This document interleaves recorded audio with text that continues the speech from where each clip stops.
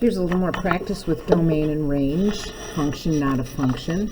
A couple different things that you're going to see when you sometimes go into domain and range. Sometimes when you're only given points, how do you interpret those into your domain and range? And also, we talked about this a little bit before, but how do those arrows blend themselves into domain and range as well? And so let's first talk about points. Remember, domains are typically your x values, and so every x value that has a point in it would be part of my domain, and usually we write it in set notation. So my domain is -3, and there's another point at -2. There's one at, or actually 2 at 1, and then there's another one at 4. And then my range is all the y values that I see, and again, I'll just go from the bottom to the top, and I see one at, again, set notation, -4, and -2, 0. Again, I'm looking at the y, I'm going up the y-axis, 3, and 5.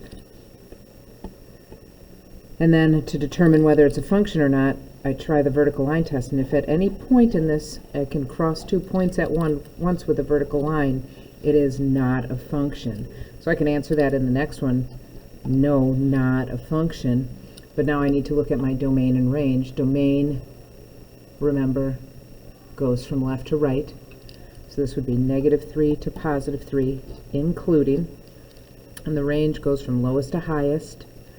So lowest is -4, highest is 3, including -4 up to 3. So I'm going to use the brackets on both parts. Okay, how do I deal with an arrow? Well, when I see an arrow, that means infinity. And so this arrow is both on the far right and also heading up to the highest point. And so that means in my domain on the far right I have infinity. Also my highest point on the far right I have infinity. And we talked about this before in notes that when you have infinity it doesn't include. And so I'm going to start with my domain.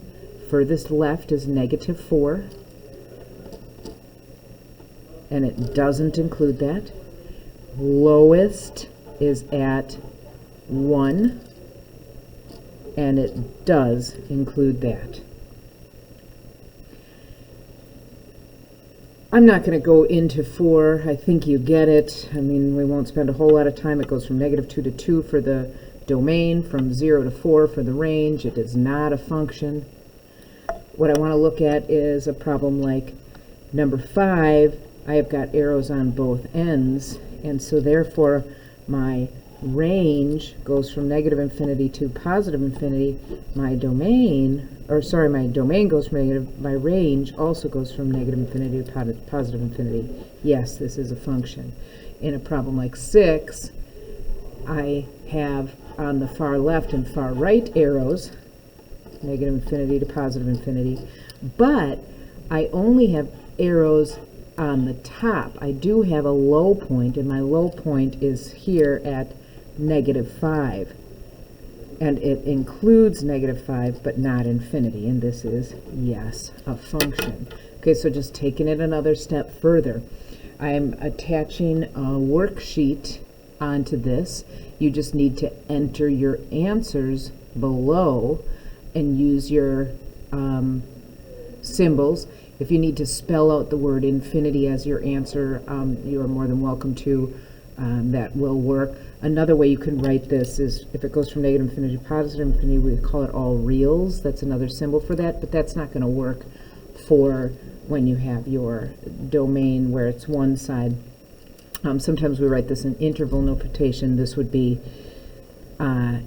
all x's are greater than -4, all y's are greater than or equal to 1, and that's in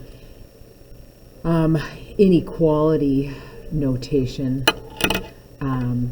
But again, just enter your answers in the spot for each problem. If you have any questions, just let me know.